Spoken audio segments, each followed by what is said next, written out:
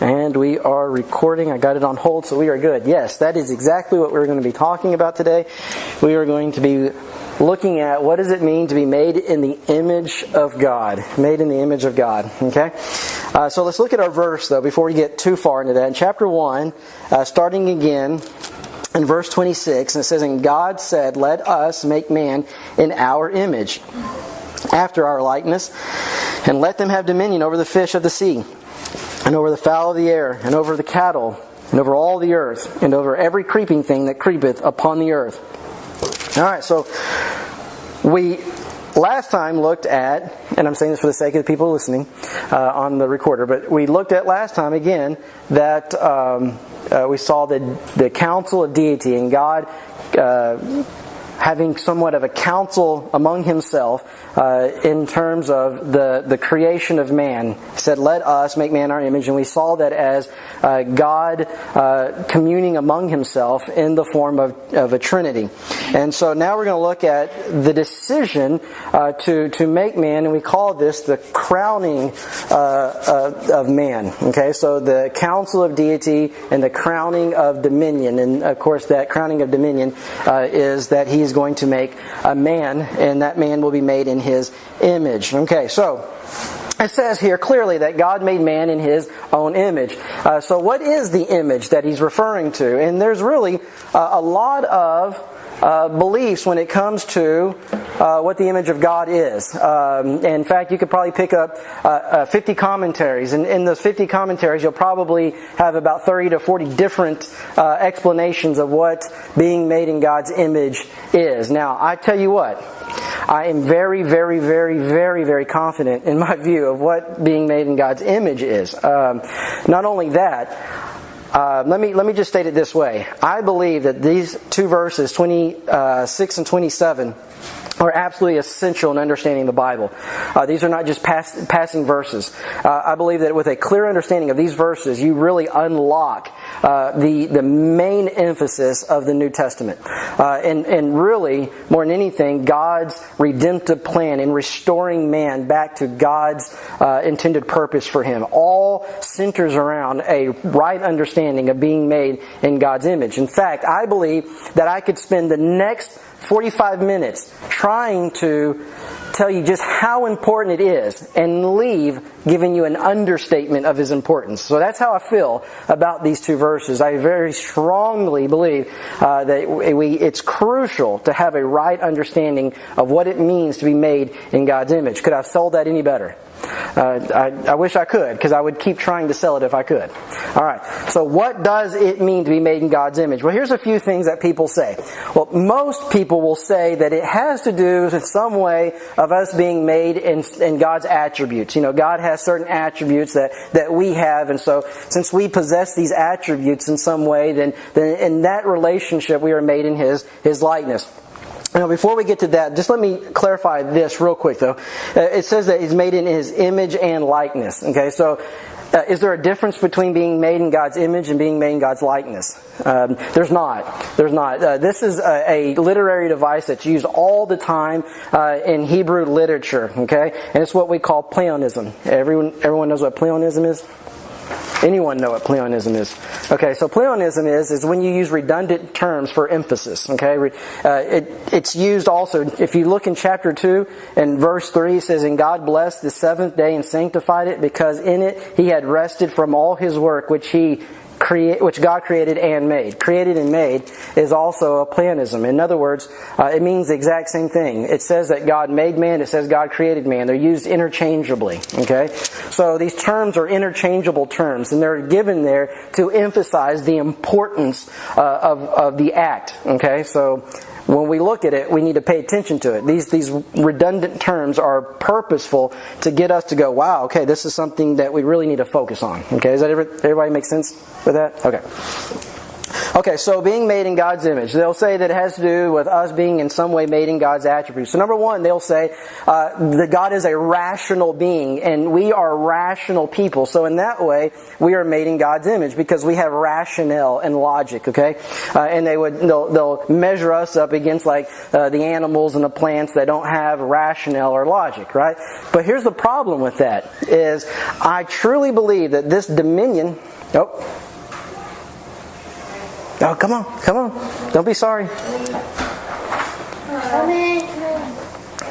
Brian. Yep. Let me grab those extra chairs in the schoolroom. Yep.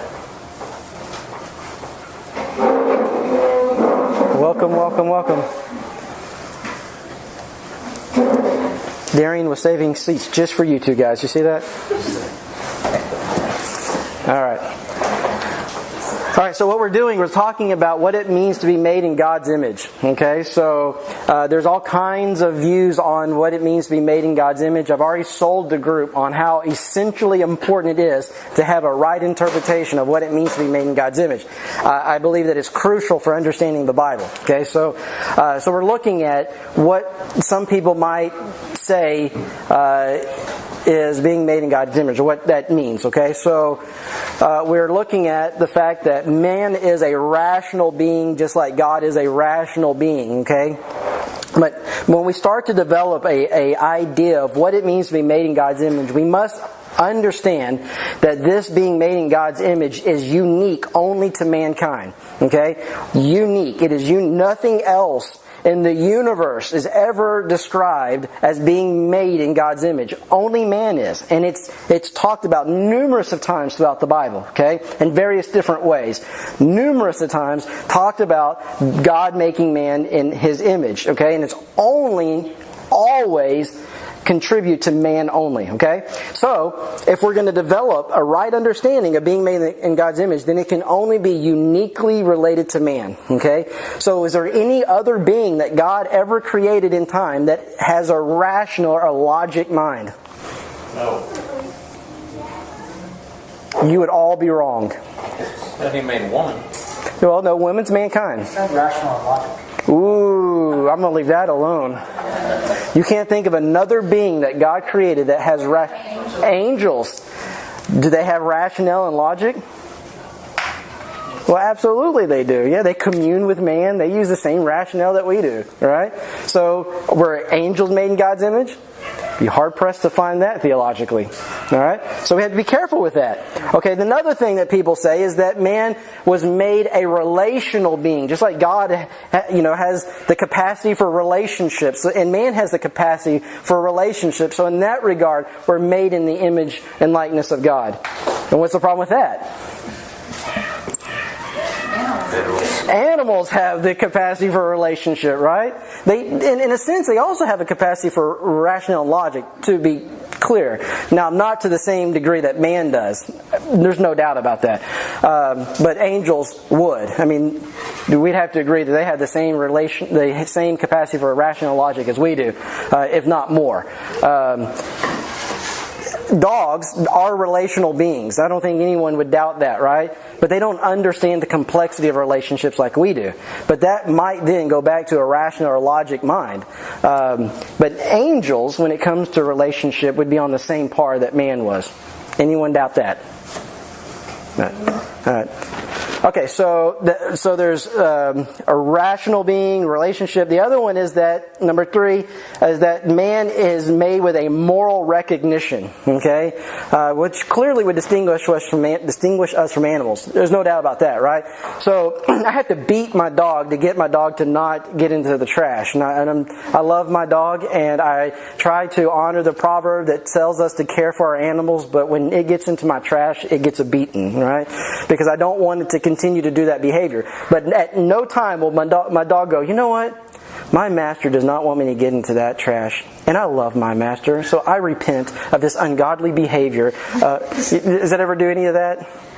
No, it just doesn't want to get beaten, right? So it's conditioned not to do things. It doesn't ever have a conscience in doing that, right? So we are completely different in that regard because there's a lot of people who doesn't have a moral compass, so to speak. In other words, they don't follow a set of moral rules, but they know right from wrong. They don't go shoot their neighbor when they stay up too late, right? Because they know shooting their neighbor would be wrong. Right? Yeah, so man has in his own conscience a moral recognition. So does that distinguish him from all other created beings? Angels, again, we're failing, right? Because angels also have a moral recognition. In fact, they're called holy, right? So there is a moral recognition even among angels, okay? So here's the other one, and we'll spend a little bit of time with this one, just a little bit. But the other one is that there's a personal resemblance. A personal resemblance. And where they get this is that it is believed by those who hold this view that man is a trichotomy. Okay, so I am not arguing either pro or against the trichotomy about man at this point. I will get into that when we get into chapter 2. So that is not my argument here. But we want to recognize that this really has nothing to do with the image of God. And I'll give you several reasons for that. First of all, what does it mean that man is a trichotomy? When someone holds to that view, what are they essentially saying? Anybody know? Ever heard of trichotomy before? Okay. Tracheotomy. A tracheotomy. Now, I perform those. I know what a tracheotomy is. Yeah. So they put a breathing catheter in your trachea so that you don't have to have an ET tube or an intubation tube. Anyone know what a trichotomy is, though? Okay, so a trichotomy is three parts of one entity or one whole. So three parts of one entity or whole. And so they would claim that man is three parts of one entity or whole, and that he has a body. I think all of us would agree with that, right? He has a spirit. The Bible's fairly clear on that, and that he has a soul. And so, they would understand the soul as a separate entity to body and spirit. Now, everyone believes that man is body and spirit. No one disagrees with that. But what the soul actually is where the disagreement comes. People who don't believe that the soul is really a separate entity would believe man is a dichotomy, two parts, and others would believe three parts. And this is definitely not worth arguing over. In fact, it can get into very silly realms of debate. But those who hold to the view that man is a trichotomy would say that our personhood being in three parts is essentially a mirror of the essence of God being in three persons, right? Three. Y'all get that? But here's the problem with that. The problem is when you start to define what those three parts actually are. Okay, so in other words, we all know what a body is. That's not in the debate. Okay, we got that one. That's pretty clear. Okay, so the next one is what is a soul? Oh no. It's that. No, I'm kidding. That's perfectly fine. It does not bother me. Sounds like a cell. I mean, it's like we're in someone's house or something. Perfectly fine. Alright, so what is a soul?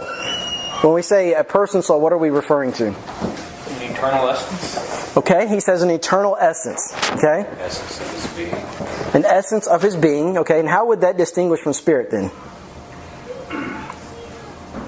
Isn't your soul more of your emotional makeup rather than your spirit is different from your soul, isn't it? Well, I'm not arguing one way or the other about spirit and soul at this point. I'll get into that later. But, because I think it's extremely complicated that you have to look at more facts than that. But, so that kind of shows you my hand a little bit. But a soul is usually agreed upon by those who either are a trichotomy or a dichotomy, that the soul is our mind, emotion, and our will. I think that's where Shane was going. So our our attributes of person is expressed through our soul. So every time the soul is actually used in the Old Testament, I would vouch for that. It's actually referring to some type of feeling or emotion or thought that the person is having. Okay, you'll see that. Now, a lot of times, soul and spirit are used interchangeably in the Old Testament. Sometimes they seem to be distinguished, but most of the time, the soul is in relation to a person's thoughts or intent or emotions. Does that make sense? Okay, so that's a soul. The spirit, though, is difficult. It's very fluid in the Bible, and so it's really hard to nail down what the spirit is, and it's kind of used in different ways, in different demographics, and it's really kind of difficult to nail down a clear theology when it comes to the spirit. But most would agree that the spirit in man began when God breathed into his life, breathed into his nostrils the breath of life. Okay, that's when man became a living soul, and this spirit was actually given to man by God's breath, and then it was passed on, by procreation. Okay, does that all make sense? If anyone's holds to a trichotomy view that believes the spirit is anything different than what I just said, you please speak, because I don't want to misrepresent anyone that holds to a trichotomy view. But everything I've ever read, most believe that it began with the breath of God, and so it's kind of synonymous with God's breath. Okay, everybody okay with there? Okay, so then here's the question: could we say that those things are in animals? That's the question. Does anyone doubt that animals have bodies? No. All right. Does anyone doubt that animals have souls? Does an animal have an emotion? A will? Mine has a will. A will opposite of its master. They have their own personality. And they have a personality. Yeah, they have a mind, they have emotion, they have a will. Right? So, in that regard, if by their own definition of soul, animals have them. Okay? Do animals have a spirit is the second question. Okay? Well, they do. And I'm going to show you some verses of the Bible that prove that. Okay? So if you turn with me to the book of Genesis, chapter 7, verse 15. This is pretty much a slam dunk case when we get to this portion of Scripture.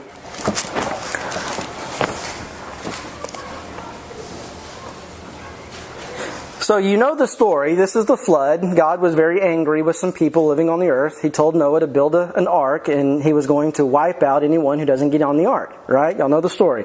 And God tells Noah that he's going to send the animals to the ark 2 by 2. Now verse 15 picks it up.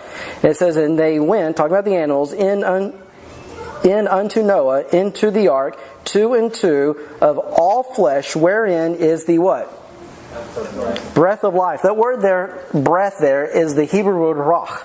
Okay, and that Hebrew word is always in relation to breath or spirit or anything like that. So when we're talking about the ruach of man, we're talking about his spirit that lives within him. The breath that God breathed into the nostrils of man, that was the ruach of God. Okay, same thing here. All right, you should say ruach. It's really fun. It actually feels good running off the tongue. Ruach. Go ahead and say it. Go ahead and say it. Go say it. Yeah, see, it feels good, doesn't it? All right. So the breath of life was in animals. I'm just trying to wake y'all up a little bit. All right. So in that regard, animals, by that definition, would also be a trichotomy. If you hold to man being a trichotomy, then you'd have to also own up to the fact that animals were a trichotomy. And if animals are a trichotomy, they are not distinguished from humans in that regard, right? So therefore it cannot be that a trichotomy means that they were made in the image of God. Whether you believe that man is a trichotomy or not is unimportant at this point. It cannot mean that as a distinguishment of being made in God's image, since animals have the exact same makeup. Okay? Now, animals have a higher intellect, higher capacity for relationship. They are moral, cognitive beings. Humans have more of a capacity for moral cognition than animals are. I'm not saying they're on the same par by any means, okay? But the essential parts, if you give that or contribute that to man, you have to also contribute those essential parts to the animals. Does that make sense? Okay. So then what in the world could it mean? Anybody have an idea? What does it mean to be made in the image of God then?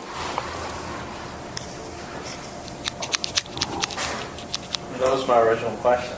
All right. Well, John doesn't know because he wanted to know. All right. So I believe this verse tells us, if we just let it speak for itself. It says, and God said, let us make man in our image, after our likeness. Okay. And then you see that full colon. You see that? That's nicely given to us by the translators. And why would there be a full colon there? Come on, use your grammar skills. Create a list of things. But what are full colons for? It's been too long since I've been in elementary school. Well, I didn't learn about the full colon in elementary school, but I did learn it at some point. Maybe I did, I don't know. Alright, so the full colon means that what has been said previously is related to what is saying afterwards. So this is true because this is being said, right? That's what the full colon means in grammar. So in this case, the fact that that man is being made in God's image is further clarified after the full colon with the next statement. And where he says, and let them have dominion over the fish of the sea and over the fowl of the air and over all the cattle and then so forth. So the image of God in man means that man was made to be a representative of God's dominion and power. That's what it means. So as God is given dominion over all things, man has come under that dominion and therefore has dominion over the realm of which he exists in, i.e., the earth, the fowl, the fish, the cattle, and so forth, right? The realm in which he lives in, he has dominion over. Just as God has dominion over all things, man has dominion over his realm. Does that make sense? Okay? So that is the idea there. That is why, and I almost want to get up and preach here, but that is why when you get to the book of Colossians chapter 1, and you get to about verse 13, it talks about Jesus being the firstborn in the image of God. Y'all familiar with that? Kind of? Okay. And it goes on to explain what that means. It means that all things are given under His dominion, so that He has preeminence over everything. So Jesus being made in the image of God doesn't just mean that He reveals to us God's attributes, and He does do that because He is God. That's how He's able to do it. But the writer's understanding of being made in the image of God has more to do with the fact that Jesus is made a dominionarian over all things. Okay? He has dominion. That's what firstborn is. Firstborn is in relation to His resurrection. So He was resurrected to a position of preeminence. The firstborn is a title of preeminence. Okay? You can see that in Genesis 49, where Reuben is called out by Jacob, and he said that you are my firstborn, and he says my might, my power. Okay? So firstborn is a title of preeminence. He was given that as being the firstborn among the dead. So Jesus being resurrected in preeminent power is the first to be exalted to that position. All of us one day will be brought to that position, but it'll be at a later time when Jesus returns. Okay? And that's kind of fast and a lot of doctrine being thrown at you real quick. But that is the understanding of being made in God's image. And that is, man has been given dominion. Alright? That makes sense? Alright. So the psalmist in chapter 8, if you turn with me, This verse will be used quite a bit. When we get into chapter 3 and we talk about the dominion of dominion of man being lost through his sin, we're going to be going back to this verse, and then we're going to see how this verse is used in a few other places in the Bible. But in Psalm chapter 8 and we'll start in verse 4. It said, "What is man that thou art mindful of him, and the Son of Man that thou visitest him? For thou hast made him a little lower than the angels, and hast crowned him with glory and honor. Thou madest him to have dominion over the works of thy hands. Thou hast put all things under his feet." And then he goes on to say, "All sheep and oxen, yea, and the beasts of the field, and the fowl of the air, and of the fish." And he repeats all of that. And verse 9 says, "O Lord, our Lord, how excellent is thy name in all the earth." And so the psalmist here began to look at the creation. Okay, so David most likely wrote this while he was a shepherd. Okay, and he probably was on sheep watch, gazing at the stars, and he was mind blown at God's imminent power when he looked at the creation. And he thought to himself, "Wow! When I look at all of these things that your hands have made, and then I look at us and think, I don't get it. I mean, why are you so concerned with us? And look at all that you can do, all that you have done, and you're so mindful of man." And then he says about man that you have crowned him with glory and honor. And then he goes on to say, because you have given him dominion over all the works of your hand. And so the crowning of glory and honor is in relationship to the fact that God made him to have dominion over all things. So when God made Adam in his image and gave him dominion, he also crowned him with honor and glory. So image equals dominion. Dominion equals honor and glory. You see that? Now that's a good foundation to lay here, and remember that. Now we're going to build on that at a later point, but just know that this, when it talks about the glory and honor given or bestowed on man, we're talking about the fact that God made him in his image and gave him dominion. Okay, it's an important biblical truth that you follow away, you'll see it used again. Any questions about that? All right. Let's move on. There's a whole lot more I want to say, and I intended to say a whole lot more about that. And I will get to more on that. But I scrapped it because I want to get to chapter 3, look at the fall of man, and then look at man's dominion in relation to that. Okay, so we will get back to that topic. All right, just want you to know that that is what it means to be made in God's image, and the fact that He gave him dominion. Also, if you want to follow this way, in 1 Corinthians chapter 11, verse 7, Paul associates the glory of man also with his dominion. Okay, so those are used interchangeably in that verse. Something for you to look at a different time. Alright, so we'll carry on with this verse. It says, and God said, let's make man in our image. Then in verse 27 it says, so God created man in His own image. In the image of God created He him. Male and female created He them. Now this is going to be further elaborated on when we move into chapter 2. Chapter 2 is a very detailed look at this act of creation. Okay, and we'll make sure that that is well believed before we move into chapter 2. But there's no doubt that chapter 2 is basically an exhaustive treaty on what he says in brief in chapter 1 about creation of man. Okay, they're the same thing, and we're going to see that clearly. But in this case, it just in passing says that He not only created man, but He created created mankind, male and female. Okay, so this tells us that it wasn't just man who was created in the image of God. Now I say that really laughing because there are people who believe that. People who do actually believe that only the image of God is related to man and not woman at all. Okay, that's not going to work. It doesn't work out. And the reason why is because there is the reason that's given to Noah when he establishes a covenant of government in the governing of murder. He says that obviously he's against anyone who takes another person's life. And then he says why? Because why was he against that? We were made in the image of God. That's exactly right. It says because man was made in the image of God. So if you don't believe that women were made in the image of God, essentially you're saying that we can murder them. Anyone believe that? No one believes that. Right? Women also are made in the image of God. All of His progeny are made in His image. And this is how. It's by default. So God created Adam in His image. All right. Out of the image of Adam came the woman. All of their children are made after the image of their parents.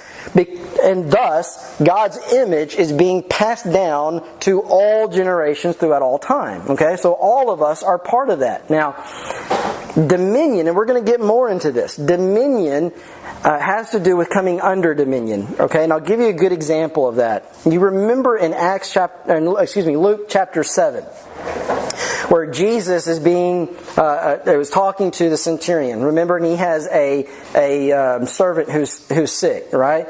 And so he goes to Jesus and he tells Jesus that his servant is sick to heal him. And Jesus starts to go towards the house. And what does the servant say to him? What does the centurion say to him? Excuse me. Centurion says something to Jesus as he tries to make his way to the house. Do you remember? No one remembers? Something about not being worthy? Yes, he says, no. Do not come to my house. I am unworthy for you to come to my house. But he says, but say in a word, and my servant will be healed. Remember? And he says, for I am too a man set under authority, and I can tell someone to go hither or go there, right? To go this way or go that way, right? He said, I know that you too are set under authority, and you can do the same thing. And Jesus marvels. He said, I have not seen such a faith, no, not in all of Israel. Now, why was he so taken back? Because this man got what dominion was. Okay? So in other words, and this we're going to make this really make sense when we get into chapter 3. But Adam came under God's dominion, and therefore he had his own dominion because he was under God's dominion. Just like that centurion had a dominion in Rome because he came under Roman authority. Right? Because he was set under authority, he had an authority to tell this person to go there or go that way or go that way. He recognized that Jesus too also was a man under that authority. He was under the authority of the Father. He put himself in that position as a human. As a human, he came under the authority of the Father, and therefore he had an authority to tell whatever he wanted to go this way or that way. Right? Jesus could tell the storms to cease, or he could tell diseases to go away. Right? The centurion couldn't do that, but he wasn't under that type of authority as Jesus was under. Adam came under God's authority, and therefore he had that dominion. The woman comes under Adam's authority. Right? That's how the husband-wife relationship works. They have an authority too. Their authority is under the husband authority. Okay? Y'all see how that works? That's the whole point in 1 Corinthians chapter 11 with covering. We're not going to get into that, but that's what the whole head covering idea has to do with. Okay? Is the representation of that coming under authority. We'll make all that make sense when we get to that part in Corinthians. But that is the idea here. When you move out from under that authority, then you have no authority.